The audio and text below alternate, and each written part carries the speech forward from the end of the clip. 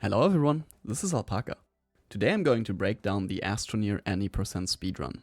The goal of the game is to collect all the triptychs from the cores of the 7 planets. If you haven't played the game before, that's not a problem, I will explain the core mechanics while we go over the run.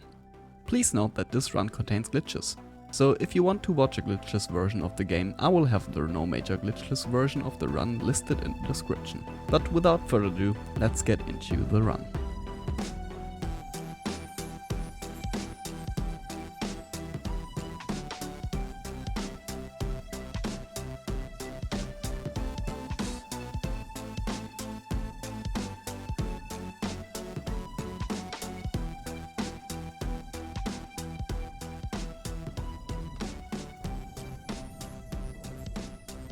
Astroneer is a space sandbox survival game, where your main interaction with the game is the terrain tool.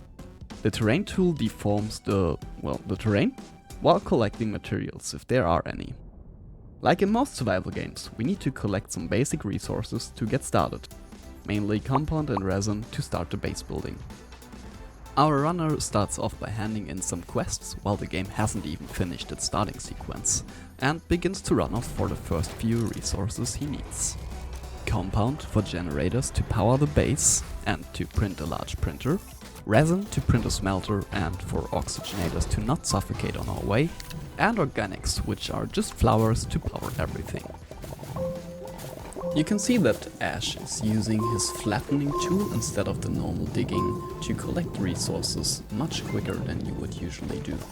He will start off by printing 3 generators, putting them close to the base, so he has more space to get more resin and compound, which is needed for the base building.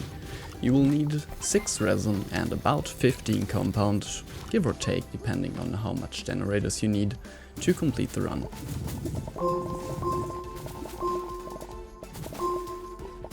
If you're speedrunning Astroneer, it's all about task overlapping. So as soon as Ash has gotten all of the resources he wants, he will return to the base and start printing the medium printer which is needed to do the smelting furnace. While the small printer produces its own big brother, Ash will return to the quest hub and finish some more quests, and instantly research the smelting furnace. He can do this quick because in the beginning of the game he used the time to already select the smelting furnace. After making space in his bag, he will start printing the smelter and head to the caves to get resources that we can actually put on the smelter. You will see him using another glitch here. He will flatten the terrain while sliding, which makes it possible to get into caves really quick. Ash will search for 3 different resources in the cave, but needs to be back to the base in less than 2 minutes. This is one of the parts of the run with the most RNG. 3 out of 4 runs will die here, because Ash needs to find 4 laterite, which he will smelt into aluminium for our space exploration vehicle, or shuttle, and for 2 thrusters. He needs 2 stellarite, which we will smelt into zinc, our first resource for a core. We will deploy these on the moon Desolo. And lastly, he needs 3 quartz. 2 of those will be smelted into glass and needed for our chemistry lab and atmospheric condenser, and 1 is needed for silicone, which is also a core resource. While I explained what he needs, Ash already found everything, so he's just grabbing some compound and will return up to the base, where we will continue the base building. You will see him most of the time using the flattening tool because it's just quicker to dig with it than to dig normally. For some reason the flattening tool ignores hardness of terrain as well. When he returns to the base, our runner wants to set up the smelter as quick as possible, so we can start getting those refined materials out of our laterite, quartz and sphalerite.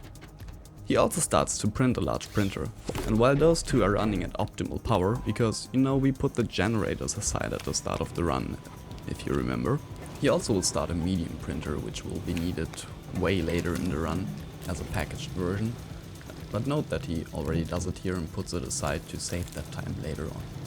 Ash will proceed to get the last resource needed from silver, ammonium. Ammonium is a fuel in Astroneer. Luckily, there's a glitch which saves us fuel throughout the run. So we need 8 ammonium, 2 of those for fuel, and we need 6 for crafting planet core resources. Getting them all at once is the optimal thing here, but not always possible. So we have everything ready to get started crafting if we have the 8 as soon as we have the chemistry lab. Now that we have everything we need, the only thing that's left to do is waiting for the shuttle to print and to collect research. Note that there is another glitch being performed here: powerless modules. By lifting up the smelter on the same frame on which you activate it, you can keep it running without power or slot on a platform. That glitch will be very useful a lot later in the run. Whenever we have the 500 research points for the thruster, we can finally leave our home planet to abuse the next ecosystem. We basically just need 2 more resources from 2 planets. From Glacio we need 1 hematite, that's the ice planet. And we need 2 wolframite from our moon, Desolo. On Desolo we will also unlock our first core, which gives us the first out of 7 triptychs. So we grab our 2 thrusters, put 1 onto the shuttle, 2 zinc and 4 generators for activating Desolo, and let's go to the moon. Well, first we go to Glacio to just grab 1 hematite, it's a very quick mission, and then we go to the moon. This is where we introduce our most broken glitch: shuttle jumping, or rover seat jumping. By abusing the leave animation of any vehicle in Astroneer, you can not only move significantly faster than with any traditional method, you can also go out of bounds with this. The majority of the back half of the run consists out of bound glitches, which are really hard to perform safe and right. The discovery of these back in 2020 changed a lot about the Any Explained speedrunning, making it as quick as it is today. Because Astroneer is actually a huge game, but we will skip through most of the requirements for the planet cores. You see, usually you need to activate 1 of these gateways on each planet. But by abusing the shuttle to skip behind the barrier that's protecting the core, we save doing that on 6 out of 7 planets. We need to activate 1 though. We do it on Desolo here. Otherwise the end satellite, where we will give our triptychs in, won't appear, making it impossible to finish the game. You can see him start using it here. He will dig a small hole where the shuttle will barely fit in, put it against the back wall. As soon as he leaves it there, the shuttle will rotate into a position that makes sense for it. That's straight up. But when you enter the shuttle, you will be out of bounds because the shuttle is inside of the wall. So whenever you are in this position, you can leave the shuttle and drag it into the out of bounds area, and you will get dragged with it. As soon as you're out of bounds, the game will do either one of 3 things.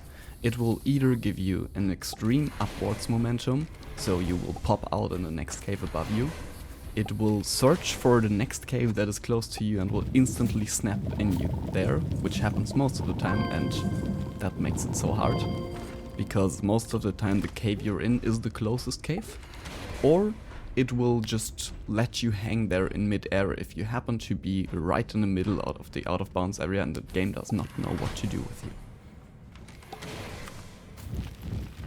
A handy little thing about the shuttle is that it will also provide you with oxygen in an infinite amount. So you will always have your small oxygenator with you if you carry the shuttle with you.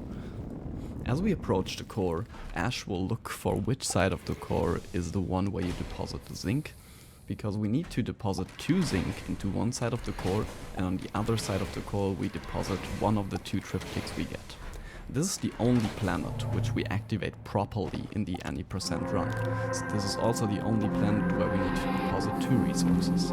All of the other planets we will only bring 1 resource, glitch our way into the core, deposit it there, and leave the same way. The gravity in the core can be very weird and will glitch out whenever we try to jump around with the shuttle. The funny thing about the core is though, if you position the shuttle in the right way and make it face towards one side of it, you can actually leave the core by flying away from it. This saves a tremendous amount of time.